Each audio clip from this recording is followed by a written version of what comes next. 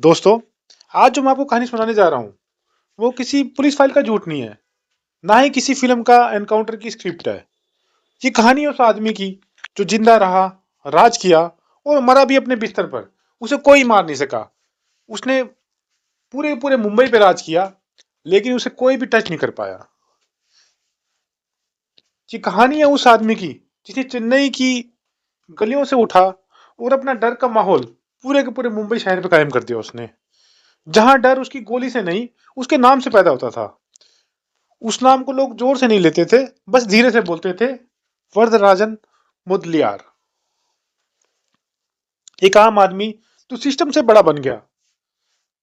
सच्चाई ये है कि वरदराजन मुदलियार कोई फिल्म का हीरो नहीं था या कोई विलेन नहीं था, बल्कि वो तमिलनाडु के तिरुनेलपल्ली जो गांव था, वहां इसका जन्म हुआ था। काम की तलाश में चेन्नई आया। चेन्नई में बिल्कुल आम आदमी की तरह जी रहा था ये। लेकिन चेन्नई से उसे जब उसे रोजगार नहीं मिला, राज करने का उसे मौका नहीं मिला, तो उसने सोचा कि मैं अपनी किस्मत बदलूंगा, मैं आगे बढ़ूंगा। और जो 70 और 80 के दशक में वो कोडुंगयूर जो इलाका है, वहां पे ये इसने धीरे धीरे वहां पे अवैध शराब का धंधा शुरू कर दिया। जुआ, जमीन, ताक, मजदूरों की लड़ाइयां जो थी, इनके बीच में एक बड़ा एक इसने गैप क्रिएट करा। और उसी गैप का इसने फायदा उठाते हुए पोर्ट पे जो मजदूरों का जो एसोसिएशन बन गई, उनके बीच में एक बड़ा नेता बन के ये उभरा। और यहीं से इसका नाम उभरने लगा। जिसको भी लगता था पोर्ट पे कुछ सामान उतरवाना है, तो वरदराजन मुदलियार के बिना वो सामान उतरवाना मुंबई में बिल्कुल ही इसके बिना नामुमकिन लगता था। अब इसकी डॉन बनने की जो शुरुआत है, उस समय जब तो कानून की इतनी पकड़ ऐसी नहीं थी इसके ऊपर, जो कि भाई डॉन जो चीज थी इतनी नई चीज थी और ज्यादा बड़े गैंगस्टर मुंबई में उभर के नहीं आए थे उस टाइम। ये सच है, जो वरदराजन था वो बंदूक से पहले जो है लोगों पे, अपने लोगों पे भरोसा करता था। वो विवादों को आराम से सुलझाता है। आज के डॉन की तरह नहीं है, जो आज के जो बदमाश हैं वो जो पहले ही गोली मारते हैं और बाद में बात करते हैं। उसका अलग ही रवैया था। वो अलग तरीके से चीजों को डील करता था। जहां वो क्राइम करता था, साथ साथ वो गरीबों की मदद भी करता था, उन्हें पुलिस वालों से बचाता था। उसकी एक खासियत थी, उसकी गैंग में जो भी आदमी जुड़ता था, वो उसका एंड तक साथ देता था। धीरे धीरे वो नाम जो है, वो एक जो गैंग का लीडर नहीं रहा, बल्कि लोकल जो है एक इंसाफ का पूरा सिस्टम बन गया था। उसके वहां पे अपनी एक खुद की एक अदालत लगने लगी थी, जहां पर वो मैटर्स को सुलझाता था। और उसका जो फैसला था, वो करा हुआ फैसला ही उसका आखिरी फैसला होता था। इसलिए लोग उसे कोडुंगार का उसका उसका भगवान कहने लगे थे। वहां का एरिया का एक तरह से बोलते थे कि यही सबको इंसाफ करने वाला है, इसने जो फैसला कर दिया वही फैसला सही है। इसे एक तरह की इक्विवेलेंट एक चीज कहने लगे कि भाई इसने जो इंसाफ किया वो सही होगा। जो वरदराजन था, उसका डर और इज्जत दोनों इसको साथ साथ मिलती थी। लेकिन ये उतना भी सच है, जहां उसका हुक्म चलता था, वहां सवाल पूछना मना था। जहां इसको लगता था कि भाई मुझसे ऊपर कोई उठ रहा है, तो वहां पे वरदराजन अपना जो दूसरा रूप लेकर आता था, उस आदमी को, उस चीज को खत्म कर देता था जड़ से। जो भी दान करता था और जरूरत पड़ने पर खून भी बहाता था वो। लोग उसे पसंद नहीं करते थे, लोग उससे डरते थे, और डर ही उसकी सबसे बड़ी ताकत थी। कोई एनकाउंटर नहीं। वही सबसे बड़ी डरावनी बात है कि अब कहानी और भी उससे डरावनी होती गई। धीरे धीरे उसका वहां पे मुंबई के ऊपर इसका राज कायम होता गया। तो कैसे इसने मुंबई के अंदर एक खौफ कायम किया।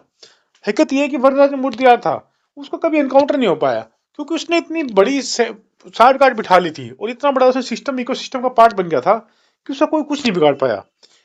1988 की बात है, वो अपने घर में ही नेचुरल डेथ उसकी लास्ट में हुई थी। कोई पुलिस की गोली से नहीं लगी, कोई आखिरी चेस नहीं हुआ, कोई अदालत का फैसला नहीं आया। एक ऐसा डॉन तो सिस्टम से लड़ा नहीं, सिस्टम के बीच में रहा, जिंदा रहा, और यहीं से इसकी कहानी हुई। आज मैं उसी वही उस इसकी लाइफ में आपको ले चलूंगा वापस। कैसे ये एक मसीहा बना, कैसे अपराध की दुनिया में आया, कैसे ये गैंगस्टर इतना ताकतवर होगा, इसने सरकार तक हिला दी।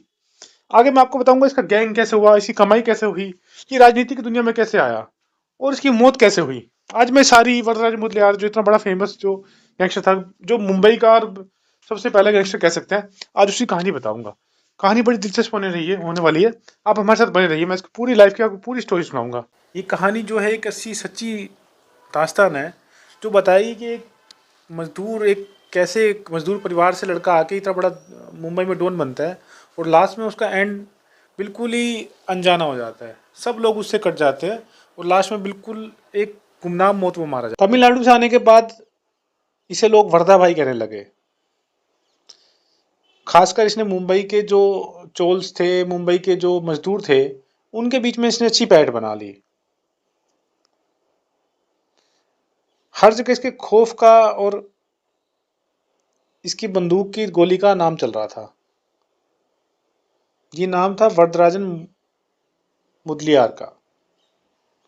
इसने साम्राज्य जो खड़ा किया था वसूली, खून और तस्करी पे खड़ा किया था। अब शुरुआती बात करते हैं कि आखिर कैसे वर्धा भाई जो वर्धा था, वो वरदराजन मुदलियार जो बाद में वर्धा भाई बन गया और इतना बड़ा डॉन बना, कैसे बना और कैसे इसकी शुरुआत हुई। अब 1940 के दशक की बात थी। वरदराजन जो एक था, मजदूर था, मजदूर फैमिली से था। ये मुंबई आता है। मुंबई आने के बाद इसने धीरे धीरे, इससे पहले मैं आपको थोड़ा और बता देता हूँ इसके बारे में। 1926 में तमिलनाडु के वेल्लोर जिला था, जो शुरुआत इसी कहानी है। एक किसान परिवार था, उसमें वरदराजन मुदलियार का जन्म होता है। गरीबी इतनी ज्यादा थी कि ये पेट भर खाना भी नहीं खा पाता था, ये और इसकी फैमिली। और काम की तलाश में ये मुंबई निकल जाता है। अब मुंबई में 1940 में आता है। 1940 में आने के बाद ये डोगरी और धारावी की जो झुग्गियां थी, उनमें ये वरदराजन जो है वहां पे मजदूरी करना शुरू कर देता है। इसके बाद ये फिर मजदूरी करने के बाद फिर ये रेलवे स्टेशन था वहां पे, वहां के रेलवे स्टेशन पे इसने कुली का भी काम किया।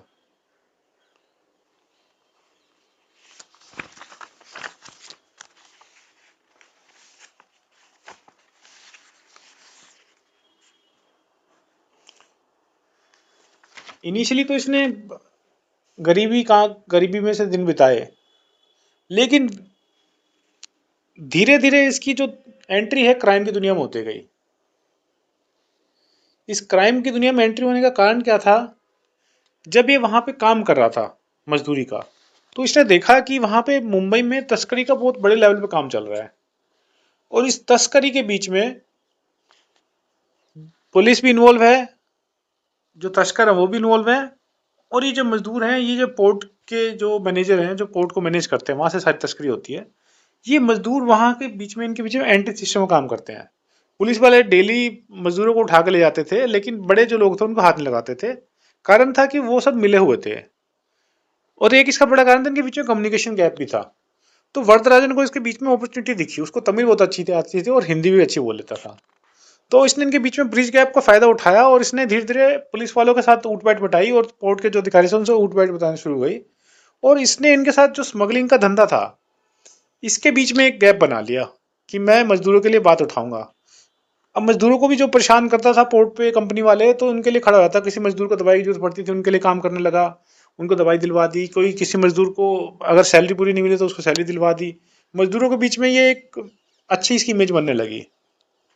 धीरे धीरे पुलिस वालों को भी लगने लगा, और जो पोर्ट के मालिक थे उनको लगने लगा। बीच में वो क्या होता था कि मजदूर हड़ताल कर देते थे कि भाई अगर कोई दिक्कत आई तो वरदराजन संभाल लेगा, इसके थ्रू हम सारे मजदूरों से कम्युनिकेट कर लेंगे। इसी तरह से इससे कम्युनिकेशन बनने लगा, और ये अपने एरिया का एक बड़ा रुतबे वाला आदमी बनने लगा मजदूरों के बीच में।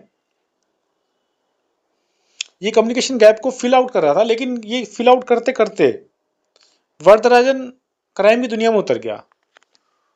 क्योंकि गरीबी इतनी ज्यादा थी, उसको लगने लगा था इस गरीबी में तो मेरा जीवन नहीं चलेगा। इसी गरीबी और तंगहाली से परेशान होके वो खुद भी तस्करी की दुनिया में उतर जाता है, जहां वो एक गाइड बन के या एक कम्युनिकेटर या ट्रांसलेटर के रूप में काम करने की सोच रहा था इनके लिए। वहीं पे अब इनके बीच में ब्रिज का काम कर रहा था तस्करों के बीच में। ये लेकिन बहुत शातिर था दिमाग से। ये सारी चीजें ऑब्जर्व कर रहा था कि कैसे क्या हो रहा है। सबको लग रहा था कि ये नॉर्मली काम कर रहा है, लेकिन ये सब चीजें ऑब्जर्व करता था। पोर्ट पे जाता, सब चीजें ऑब्जर्व करता था और देखता था कि कैसे कौन ऑपरेट कर रहा है, कैसे पुलिस वाले अपना हफ्ता ले रहे हैं, कैसे पोर्ट वाले यहाँ पे तस्करी कर रहे हैं, और कैसे बाहर से सब कुछ आ रहा है। अब पोर्ट पे जो सामान जो उतरता था चढ़ता था, उसने देखा कि जो यहाँ पे इलेक्ट्रॉनिक सामान है, रेडियो हो गया, सोना हो गया, इसकी चोरी करके काले बाजार में बेच जाते। और बहुत आसान काम था ये उस समय पे, इतनी ज्यादा चेकिंग नहीं थी। इसने धीरे धीरे क्या करा कि बंदरगाह पे जो था, पोर्ट पे माल जो ये आता था वहां वहां से ही इसे चोरी करने का काम शुरू कर दिया, और यहीं से इसकी अपराध की दुनिया की शुरुआत हो गई। 1950 और 60 के दशक में वरदराजन का जो गैंग था, जो नेटवर्क था, धीरे धीरे फैलता गया। उसने सोना चांदी और इलेक्ट्रॉनिक सामान की तस्करी अब शुरू कर दी थी। पोर्ट पर उसका वर्चस्व इतना बढ़ने लगा, विदेश में आने वाले जो भी खेपे थी, जो भी था, उसका इशारा होता था तो किसी भी पुलिस वाले की या पोर्ट वाले की हिम्मत नहीं होती थी उसके सामान को रोक दे। बाद में ये इसके ऊपर एलिगेशन लगे कि इसने जो ड्रग्स और जो शराब का धंधा था उसमें भी इन्वॉल्व हो गया था, क्योंकि उस समय पे बताते हैं कि शराब पे जो था एक बैन लग गया था पूरी मुंबई के अंदर। इसका इसने फायदा उठाया। उस समय में लोग क्या थे, शराब के लिए तड़पते थे। ये तस्करों के लिए वो सुनहरा मौका था। वर्धा के गैंग ने भी इस चीज का फायदा उठाया। ये गुजरात से जो इलीगल जो लिक्वर थी वहां से लेके आते थे और मुंबई में सप्लाई करते थे। इसका नेटवर्क इतना ज्यादा तेज और भरोसेमंद था कि लोग इसे अब लिक्वर किंग कहने लगे। जैसे आज के समय में जो लिक्वर किंग कहते हैं कि विजय माल्या को कहते थे कि वो लिक्वर बनाता है, इसको कहते थे कि लिक्वर किंग, शराब का बादशाह, क्योंकि तस्करी करता था, गलत वे में कहते थे। धीरे धीरे उसने स्मगलिंग, वसूली और गैंगवार में भी इसने कदम रख दिया पूरा का पूरा। यहीं से इसका नाम पड़ा वर्धा भाई। अब वर्धा ने जो है अपने पैसे की ताकत से पुलिस वालों और नेताओं को खरीद लिया। इसके पास हर एक समस्या का हल था। कोई सी बड़ी से बड़ी स्ट्राइक हो जाए, कुछ भी हो जाए, मजदूर स्ट्राइक कर दें या कोई बड़ा जो गैंगस्टर है या फिर कोई बड़ी कंपनी का मालिक है मजदूर को डरा रहा है, इसके पास सबका सोल्यूशन था। वो सोल्यूशन था डर। डर कहां से पैदा करता था? अपनी बंदूक की गोली से। दूसरा, पैसा। लेकिन ज्यादातर केसेस में देखा गया कि एक ऐसा स्मार्ट एक क्रिमिनल था, गैंगस्टर था, जो ना सिर्फ गोली से काम करता था, दिमाग से काम करता था। इसने बहुत सारी स्ट्राइक्स और बहुत सारी जो गलत चीजें हो रही थी उनको कंट्रोल अपने सिर्फ दिमाग से कर लिया। इसे वहां गोली भी नहीं चलानी पड़ी। इसलिए तो ये बहुत इतना फेमस हो गया। जहां करीम लाला और वो थे, उनका डोमिनेशन चल रहा था अपने एरिया में, लेकिन इसने एक अलग अलग अपना रुतबा बना लिया था। अब मुंबई की जो गलियां थी, इसमें वर्धा का जो मुकाबला था वहां पे अब दो लोगों से होने लगा था। मैंने आपको बताया था कि दो नाम बड़े फेमस थे, करीम लाला और हाजी मस्तान, ये बड़े नाम थे। अब इनसे इसका पंगा हो गया। 1970 के दशक में मुंबई में खून की गोलियां होलियां खेले जाने लगी, क्योंकि इनके बीच में गैंगवार चलने लगा। वर्धा का गैंग जो था वो बंदूकें, चाकू और हथगोले से लड़ाई करता था, लेकिन ये लोग जो थे बड़े ही मॉडर्न तरीके से लड़ाई करते थे। इनके पास आधुनिक हथियार भी थे। इसका डर इतना ज्यादा था कि प्रोटेक्शन मनी अगर किसी से मांग लेता था तो अगर कोई दुकानदार नहीं देता था, उसकी दुकान को जला देता था। ऐसे लगने लगा था कि पूरा मुंबई जो है अब वर्धा के हाथ में आ चुका है। वर्धा के खिलाफ करीब 100 से ज्यादा केस बने, लेकिन जो सबूतों की जो उसके जो खिलाफ किसी ने आवाज उठाने की कोशिश नहीं करी, डर के मारे। और 1970 के आते आते पुलिस ने इसके ऊपर नकेल कसने की सोच ली थी। एक आदमी जो कभी वर्धा भाई, जो कभी डोगरी की गलियों और धारावी की झुग्गियों में जिंदगी बिताता था, मजदूरी करता था, प्लेटफॉर्म पर सोता था और छोटी मोटी तस्करी करता था, आज मुंबई का इतना बड़ा डॉन बन गया था। और ये भी कहते हैं कि इसका पंगा एक समय में करीम लाला के साथ हो गया। करीम लाला का गैंग जो ऑपरेट कर रहा था वो तस्करी में कर रहा था, और इसने सोचा कि मैं भी वहां पे ऑपरेट करूंगा। इसी बात को लेके इसका झगड़ा हो गया, और करीम लाला बहुत बड़ा नाम था उस समय में। इसने इसके से डायरेक्ट पंगा ले लिया। एक आप लगा लीजिए कि रिलीजन के बेस पे लगा लीजिए, कुछ भी लगा, इसका पंगा इससे शुरू हो गया। और इसने धड़ाधड़ इसके आदमी मारने शुरू कर दिए। वरदराजन ने क्या करा कि जो तमिल जो गिरोह थे उनको एक ही जगह पे ले आया और अपने नीचे काम करवाने लगा। जो पठान गिरोह था वो था करीम लाला का। अब इनके बीच में डोमिनेशन को लेके और अपने एरिया को लेके और स्मगलिंग को लेके इनके बीच टकराव होने लगा। इलाकों पर कब्जा करने के लिए दोनों गुटों के बीच में खून खराबा शुरू हो गया। दोनों की वजह से पूरे मुंबई में टेरर क्रिएट हो गया। इस बीच में जब एक और बड़ा गैंगस्टर मैंने आपको बताया था, हाजी मस्तान, ये बड़ा सुलझा हुआ आदमी था। इसको लग गया कि अगर इस तरह से चलता रहा तो ऐसे तो हमारा सारा का खत्म हो जाएगा, आपस में ही लड़के मर के खत्म हो जाएंगे। तो इसकी करीम लाला से अच्छी बनती थी, तो इसने बड़ा ही सुलझा हुआ आदमी था। तो हाजी मस्तान ने क्या करा कि वरदराजन को बुला लिया, और वरदराजन इसको काफी मानता था। तो इसने वरदराजन के कहने पे करीम लाला के साथ इसने समझौता कर लिया। तीनों ने मिलकर क्या करा कि मुंबई को बांट लिया। एक जो साउथ वेस्ट जो मुंबई था वो हाजी मस्तान ने अपने पास रख लिया। सेंट्रल जो था वो वरदराजन को दे दिया। और पठान जो बहुल इलाके थे वो करीम लाला को दे दिए। इस सब के बाद गैंगवार कम हो गए, लेकिन अंडरवर्ल्ड जो था अब संगठित जो तरीके से चलने लगा था। अब जो वर्दा का जो साम्राज्य था, जो चारों तरफ खून और डर का हर जगह वो फैलाने लगा, वो किसी से भी नहीं डर रहा था, ना पुलिस से, ना किसी गैंगस्टर से, ना किसी नेता से, किसी से भी नहीं डर रहा था। वर्दा अब सिर्फ तस्करी नहीं कर रहा था, उसने परेल, लालबाग, धारावी, भायखला, मिल एरिया जितने भी थे, यहाँ पे जो कारखाने के मालिक थे, बिल्डर थे, व्यापारी थे, सबसे वसूली करने लगा। पहले दुकानदार को तंग पाता था, अब ये बड़े लेवल पे चला गया। जो भी उसका विरोध करता तो गोलियां और चाकू से उसका स्वागत होता था। इसके ऊपर कई हत्याओं के आरोप लगे, लेकिन डर इतना ज्यादा था कि सबूत इसके खिलाफ कोई आ ही नहीं पाता था, कोई गवाह इनको इसके खिलाफ गवाही नहीं देता था।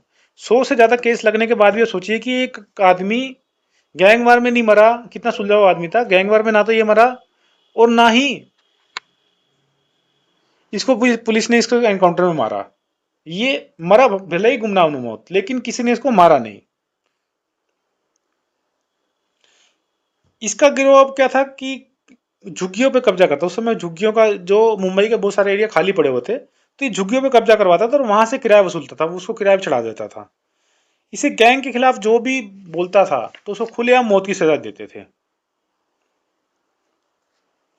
अब 1970 के दशक में आते आते वरदराजन का जो गैंग था, हेरोइन और ये सारे नशीले पदार्थ जो इन सब के धंधे में उतरने लगा था। धारावी और सेंट्रल मुंबई के इलाकों में इसने पूरे के पूरे जो वहां के यंगस्टर थे उनको इसने नशे की लत लगा दी। यहीं से पुलिस की हत्थे चढ़ गया और पुलिस वालों को लग गया कि अब इसका एंड करना पड़ेगा, वरना ये मुंबई को खराब कर दे। पुलिस को लेकिन ये पता था कि इसके पॉलिटिकल लिंक इतने अच्छे हैं वरदराजन के, इसके ऊपर डायरेक्ट हाथ नहीं मार सकते, क्योंकि इसने राजनेताओं से, बड़े बड़े नेताओं से लिंक बना लिए थे। क्योंकि मजदूरों के एक लॉबी को रिप्रेजेंट करता था बहुत बड़ी, और उससे ये पूरे पूरे मजदूरों की लॉबी को जो था इनके फेवर में करता था, इनके लिए वोट भी डलवाता था और इनके लिए काम भी करता था। तो उसके बाद डायरेक्ट हाथ डालना पुलिस वालों को, लेकिन इसका एंड करना बहुत जरूरी था। लेकिन क्योंकि ये पूरी मुंबई को ये कहते हैं कि अगर ये रहता तो पूरी मुंबई की पूरी मुंबई जो नशे की गिरफ्त में आ जाती, लेकिन हालांकि वो बाद में आई भी। दूसरे जो गैंगस्टर उभरे, दाऊद वगैरह, इन्होंने पूरी मुंबई को ड्रग्स में धकेल दिया। इनका भी एंड हुआ। लेकिन अब फिलहाल बात करते हैं कि जब पुलिस की इसके ऊपर नजर पड़ गई, तो 1980 के दशक की बात थी, तो पुलिस वालों ने अपनी कार्रवाई तेज कर दी। तो इन्होंने क्या करा, इसके जो गैंग के मेंबर्स थे उनका एनकाउंटर करना शुरू कर दिया धीरे धीरे, और या फिर जो बच रहे थे उनको जेलों में डालना शुरू कर दिया। और उसी टाइम में दाऊद इब्राहिम का नाम उभर के सामने आने लगा। वर्दा को अब लगने लगा था कि अब इसकी जो पॉलिटिक्स है ज्यादा दिन नहीं चलने वाली, और ज्यादा समय ये टिक नहीं पाएगा। जहां इसकी तरीके पुराने थे, ये चाकू का यूज करता था और हथगोले का यूज करता था, दाऊद अब जो था अच्छी टेक्निक का यूज कर रहा था, तो उसके आगे ये टिक नहीं पाया।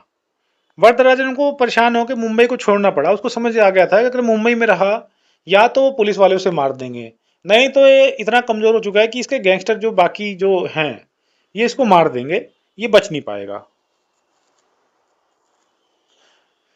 एक आदमी जो इतना बड़ा गैंगस्टर था, जो इतना बड़ा जिसका नाम था कभी, वो आदमी वापिस जहां से चला था वहीं पे वापिस आ गया। अब यहां से आने के बाद ये तमिलनाडु में वापस की ट्रेन पकड़ता है और वापसी तमिलनाडु में आके नॉर्मल जिंदगी जो है अपनी जीनी शुरू कर देता है। यहीं पे 1993 की बात है, 67 साल की उम्र थी इसकी। चेन्नई में इसकी वहां पे डेथ हो जाती है, और किसी को पता भी नहीं चलता कि वर्धा कोई डॉन था, इसकी डेथ हो गई। भले ही मुंबई की धारावी की गलियों में आज भी इसका नाम लेते हैं, लेकिन लोग इसे भूल चुके हैं कि वर्धा भी कोई था। इतना बड़ा गैंगस्टर जिसके नाम से मुंबई कांपती थी, एक गुमनाम मौत मरा। जिसने कभी मुंबई पर राज किया था, आज वो अकेला और भूला हुआ एक इंसान हो चुका था। उसकी बॉडी भी इसी तरह से क्रीमेट हुई, ज्यादा लोगों ने उस पर ध्यान नहीं दिया, ना ही उसको मीडिया ने हाईलाइट करा। तो आप सोच सकते हैं कि कैसे इतनी बड़ा खौफ का नाम, किस तरह से इसका एंड हुआ। लेकिन आज भी कहते हैं कि धारावी के गलियों में कभी कभी जो नाम उठता है किसी बदमाश का, और कहते हैं कि कौन किससे अगर कंपैरिजन किया जाए तो वर्धाबाई का नाम हमेशा लिया जाता है। आज भी कोई मजदूर, अगर जो पुराने लोग हैं जो बात करते हैं, तो वो बताते हैं कि कहानी सुनाते हैं वर्धा की, वर्धा ने ऐसे किया था। वर्धा की कहानी अब हमें सिखाती क्या है? वर्धा जो है, वर्धा वरदराजन जो डोन मैंने आपको बताया, इतना इसका नाम था, जो मुंबई पे 3 लोगों ने एक समय पर राज किया, कि हमें क्या सिखाती है? अपराध चाहे कितना भी ताकतवर हो जाए, लेकिन एंड में इसका जो अंजाम होता है बर्बादी से और अकेलेपन में होता है। वो गरीबों की खूब मदद करता था, लेकिन उसके अपराध ने पता नहीं कितने अनगिनत लोग और कितनी फैमिली को उसने तबाह कर दिया। एक तरफ वो पैसा इकट्ठा करता था और दूसरी तरफ बांटता था, लेकिन वो पैसा इकट्ठा करने के लिए ब्लड मनी था। दूसरों के पैसा वो जो गलत पैसे से कमाया था, गलत तरीके से कमाया था, वो कभी किसी काम नहीं आता। इसमें युवाओं को एक बड़ी सीख लेने की है कि डर और जो हिंसा होती है वो कभी भी स्थायी नहीं होती। आप कानून से ऊपर कभी नहीं हो सकते। जो मुंबई की चमक दमक की जो दुनिया है, वहां पे एक काली दुनिया अलग से रखती है पीछे इसके। वरदराजन भी उसका शिकार हुआ था।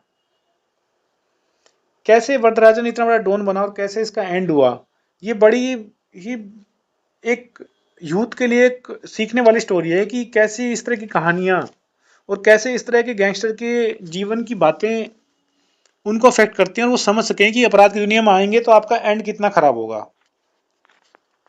वर्दा भाई की जो कहानी है वो हमें बताती है कि डर, हिंसा और तस्करी का जो उसने साम्राज्य खड़ा किया था इतना बड़ा, वो हमेशा के लिए टिक नहीं पाया।